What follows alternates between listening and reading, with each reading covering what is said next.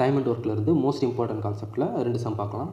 இந்த model sum solve பண்ணுறதுக்கான formula இது. இதில் எம் டினோட்ஸ் நம்பர் ஆஃப் மென்னு working, D denotes number of days worked, T denotes time or ஹவர்னு வச்சுக்கலாம்.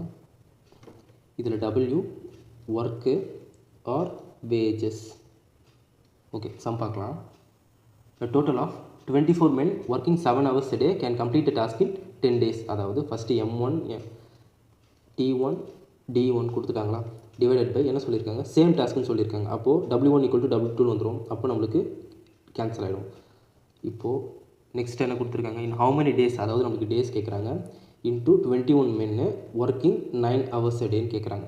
கரெக்டாக? இப்போ 7 நாள் அடித்தா 3 டைம்ஸ் போகுமா 21, இது அடிச்சுனா 8 டைம்ஸ் போகுமா 24, 3 8s are 24, பேலன்ஸ் என்ன இருக்குது, D = 8 10s are 80, இந்த 9 கீழே வந்துருச்சுன்னா டிவைடில் போயிடும். ஓகே, அப்போ என்ன வரும், 8s are 72, balance 8 divided by 9 இருக்கும். ஓகே, இதுதான் நம்மளுக்கான ஆன்சர். நெக்ஸ்ட் டைம் பார்க்கலாம். A group of 9 people can survive on 8100 rupees for 30 days.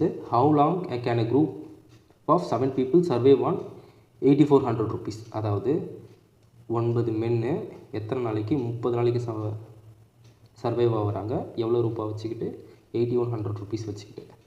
How long, அதாவது எத்தனை number of days can 7 people can survive 8400 rupeesன்னு கேட்குறாங்க. கரெக்டாக? வேஜஸ் கீழே தானே வரும். இப்போ 2 0 கேன்சல் ஆகிடுச்சா.